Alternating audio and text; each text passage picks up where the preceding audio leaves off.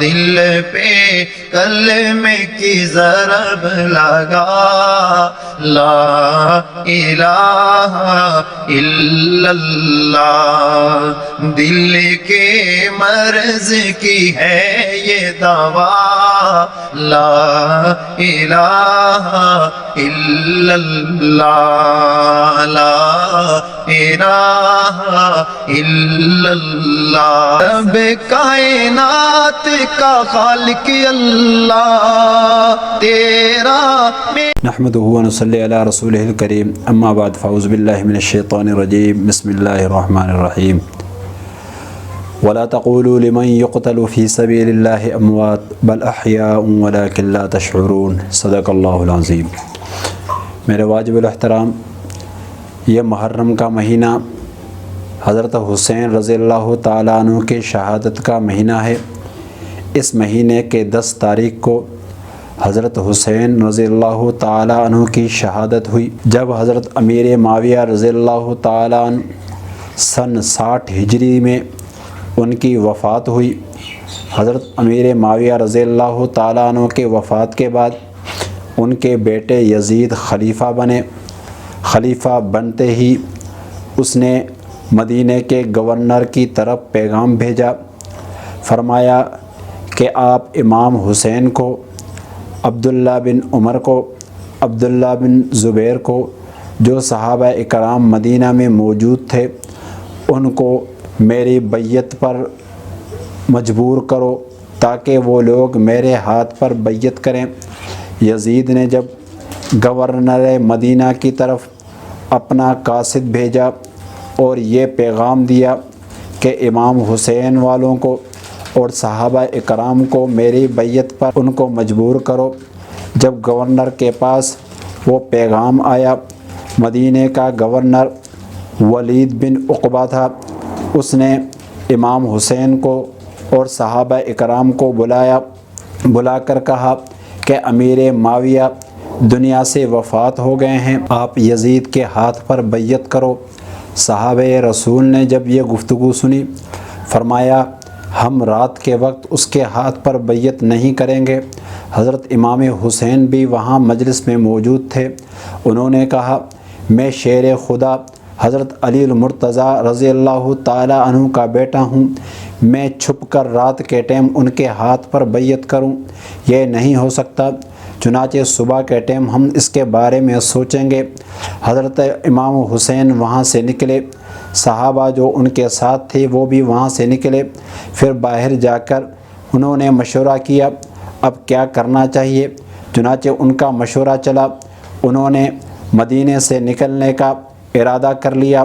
راتوں رات وہ مدینہ سے نکل کر مکے کی طرف آ گئے۔ ادھر یزید کو پتہ چلا کہ ولید بن عقبہ نے ان کو بلایا اور ان کو مجبور نہیں کر سکا۔ یزید نے ولید بن عقبہ کو جو گورنر تھا اس کے عہدے سے ہٹا کر اس کی جگہ پر عمر بن سعید کو مقرر کیا اور یہ حکم دے کر بھیجا کہ آپ مدینے میں جاؤ اور ان لوگوں کو گرفتار کر کے ان کو میری بیعت پر مجبور کرو۔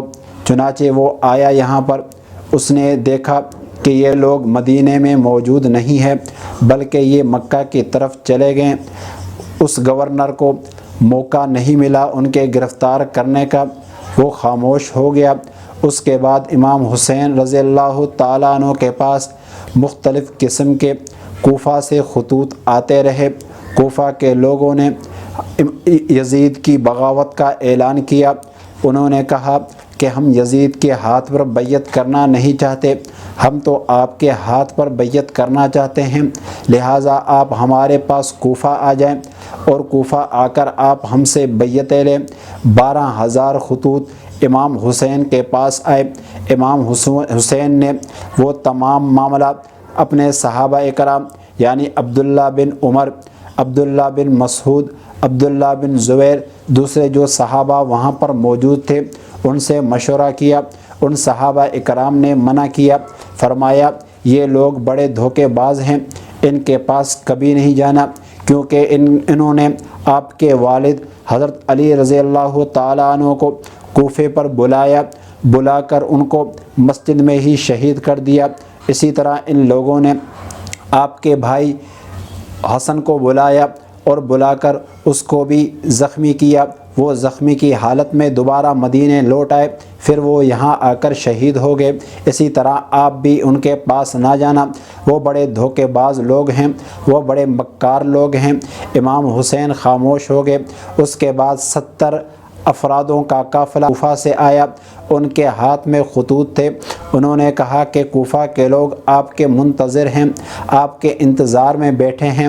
ہمارے نوجوان، ہمارے بوڑھے، ہمارے بچے آپ کے منتظر ہیں، آپ ہمارے پاس آ جائیے، ہم آپ کے ہاتھ پر بیعت کریں گے۔ امام حسین نے جب ان کی گفتگو سنی، انہوں نے صحابہ رسول سے دوبارہ مشورہ کیا۔ پھر امام حسین نے ایک تدبیر سوچی۔ انہوں نے کہا کہ سب سے پہلے میں اپنے چچا زاد بھائی مسلم بن عقیل کو وہاں پر بھیجتا ہوں، وہ وہاں جا کر وہاں کا ماحول دیکھے کہ وہاں صورتحال کیا ہے۔ مسلم بن عقیل یہاں سے نکلے ہیں، کوفہ کی طرف گئے ہیں۔ کوفہ کے لوگوں نے ان کا استقبال کیا۔ استقبال کرنے کے بعد کوفہ کے لوگوں نے ان کے ہاتھوں پر بیعت کی۔ مسلم بن عقیل ایک گھر میں رہنے لگے۔ اس گھر کا جو مالک تھا، یزید کو پتہ چلا کہ مسلم بن عقیل اس گھر میں رہتے ہیں۔ اس مالک کو بلایا اور فرمایا کہ مسلم بن عقیل کو میرے پاس پیش کرو۔ اس مالک نے کہا مجھے پتہ نہیں مسلم بن عقیل کہاں ہیں، میں آپ کو کیسے پیش کروں۔ اس کے بعد اس کے مالک کو گرفتار کیا گیا۔ جب مسلم بن عقیل کو پتہ چلا جس کے پاس میں رہا ہوا تھا، جس کے پاس میں نے پناہ لی ہوئی تھی، اس کو ان لوگوں نے گرفتار کر لیا ہے۔ چنانچہ مسلم بن عقیل نے اپنے ساتھ 4000 لوگوں کا لشکر لے کر اس کے دربار پر پہنچے ہیں اور اس سے کہا کہ ان لوگوں کو رہا کر دو۔ کوفہ کا جو پہلے گورنر تھا وہ نعمان بن بشیر تھا۔ یزید کو پتہ چلا کہ یہ نعمان بن بشیر بھی حسین کے ساتھ ملا ہوا ہے۔ اس نعمان بن بشیر کو اس نے معزول کر کے عبید اللہ بن زیاد کو مقرر کیا۔ عبید اللہ بن زیاد نے اس گھر کے مالک کو گرفتار کیا۔ اس گرفتاری کے بعد مسلم بن عقیل نے 4000 لشکر لے کر عبید اللہ بن زیاد کے محلہ کے پیچھے کھڑے ہو گئے اور اس کے ساتھ مقابلے کا اعلان کیا۔ جب عبید اللہ بن زیاد کو پتہ چلا مسلم بن عقیل جنگ کے لیے آ رہے ہیں تو وہ چھپ گیا۔ ان کے لوگوں نے مسلم بن عقیل کے لشکر کے اندر ایسے افواہیں پھیلائیں تاکہ لوگ ڈر جائیں اور متنفر ہو کر مسلم بن عقیل کو چھوڑ جائیں۔ ان لوگوں نے آ کر کہا کہ تم 4000 کے لشکر ہو، یزید کی لشکر اس سے بھی بڑا ہے، ابھی تو وہ لشکر نہیں آیا، جب وہ لشکر آئے گا تم اس کے سامنے ٹھہر نہیں سکو گے۔ کوفہ کے لوگ ڈر گئے، تمام کے تمام لوگ بھاگ گئے، صرف مسلم بن عقیل کے ساتھ 50 افراد ساتھ کھڑے رہے، باقی تمام لوگ چلے گئے۔ اس کے بعد مسلم بن عقیل کو عبید اللہ بن زیاد نے گرفتار کیا، گرفتار کر کے اس کو شہید کر دیا۔ ادھر سے امام حسین مکے سے چل کر باہر نکلے۔ باہر نکل کر جب کوفہ کے قریب پہنچے، ان کو پتہ چلا کہ مسلم بن عقیل کو شہید کر دیا گیا ہے۔ ان کے ساتھ مسلم بن عقیل کے بھائی بھی موجود تھے۔ انہوں نے کہا کہ ہم اپنے بھائی کا بدلہ لیں گے، بدلہ لیے بغیر ہم واپس نہیں جائیں گے۔ امام حسین نے ان کی بات سنی اور بدلے کے لیے تیار ہو گئے۔ جب کوفہ آئے، عبید اللہ بن زیاد نے عمر بن سعد کو 1000 کا لشکر دے کر بھیجا جا کے امام حسین سے گفتگو کرے۔ جب وہ لشکر آیا، امام حسین کے سامنے اس سے گفتگو ہوئی تو امام حسین نے کہا کہاں ہیں وہ لوگ جنہوں نے مجھے خطوط لکھے تھے، وہ پر کوئی نظر نہیں آ رہا۔ پھر ان لوگوں سے مذاکرات کیے۔ امام حسین نے کہا میرے آپ سے 3 مطالبات ہیں۔ پہلا مطالبہ یہ ہے آپ مجھے یزید کے ساتھ ملاقات کراؤ۔ دوسرا مطالبہ یہ ہے مجھے آپ مدینے واپس جانے دو۔ تیسرا مطالبہ یہ ہے آپ مجھے اسلامی ملکوں میں سے کسی سرحد کی طرف بھیج دو تاکہ میں وہاں جا کر اپنے رب کی عبادت کروں اور بقیہ زندگی وہیں جا کر گزاروں۔ عمر بن سعد نے جب وہ حضرت حسین کے مطالبات سنے اور وہ مطالبہ آ کر عبید اللہ بن زیاد کو سنایا، اس نے کہا چلو ٹھیک ہے، یہ باتیں تو اس کی درست ہیں۔ اس مجلس میں ایک شمر بیٹھا ہوا تھا، ایک لعین بدبخت بیٹھا ہوا تھا۔ اس نے کہا کہ یہ امام حسین وہی آدمی مدینے کے گورنر گورنر سے ایک مرتبہ اس کے ہاتھ سے نکل گیا، دوبارہ اس کے ہاتھ میں ابھی تک نہیں لگا۔ اس کے بعد اگر یہ بندہ تمہارے ہاتھ سے نکل جائے گا، دوبارہ یہ کہیں تمہارے ہاتھ پر نہیں آئے گا، لہذا آج موقع ہے، آج اس کو گرفتار کر کے اس کے ساتھ اس کا تمام کام مکمل کیا جائے۔ شمر کو اتنا غصہ تھا، عبید اللہ بن زیاد نے اس کو اجازت دی، آپ جا کر امام حسین سے مذاکرات کر کے آؤ۔ شمر آیا، اس نے آ کر امام حسین سے مذاکرات کیے، اس نے گفتگو کی تو امام حسین نے فرمایا مجھے یزید سے ملاقات کراؤ۔ تو اس شمر نے کہا یزید سے ملاقات ہم نہیں کروائیں گے، بلکہ ہمارا شرط ہے، ہمارا یہ ہے کہ آپ عبید اللہ بن زیاد کے ہاتھ میں بیعت کر لو۔ امام حسین نے کہا میں تو یزید کی بیعت نہیں کر رہا تھا، تو عبید اللہ بن زیاد کی کیسے بیعت کروں گا؟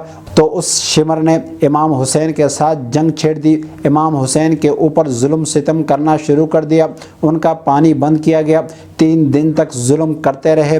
یہ ظلم کی داستانیں وہ بیان کرنا بڑی مشکل ہیں، ہم اس ظلم کی داستان کو بیان نہیں کر سکتے۔ چنانچہ شمر نے امام حسین کا سر مبارک لے کر عبید اللہ بن یزید کے پاس لے گیا، وہاں اس کے تخت کے سامنے رکھا۔ اس آدمی نے امام حسین کے سر مبارک کو اپنے چھڑی کے ساتھ ہلانے لگا اور اس کے منہ پر چھڑیاں مارنے لگا۔ وہاں پر ایک صحابی رسول زید بن ارقم تھا، وہ وہاں پر موجود تھا، اس نے دیکھا کہ عبید اللہ چھڑی کے ساتھ امام حسین کے سر کو ہلا رہا ہے۔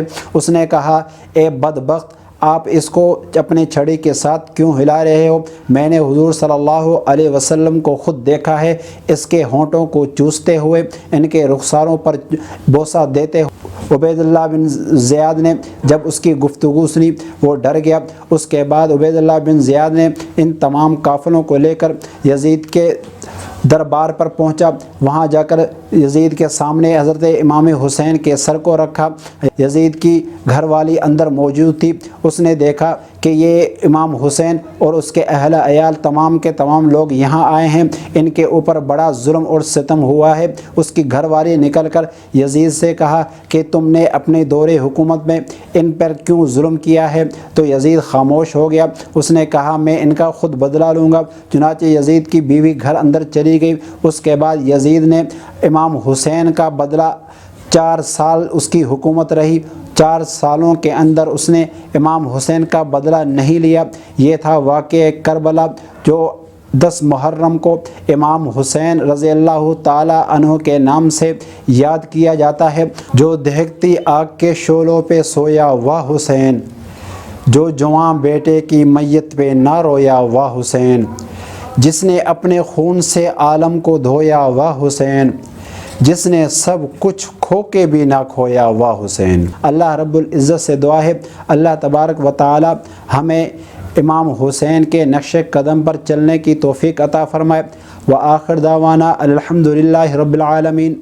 دل پہ کلمے کی ضرب لگا، لا الہ الا اللہ، دل کے مرض کی ہے یہ دوا، لا الہ الا اللہ، لا الہ الا اللہ۔ رب کائنات کا خالق اللہ تیرا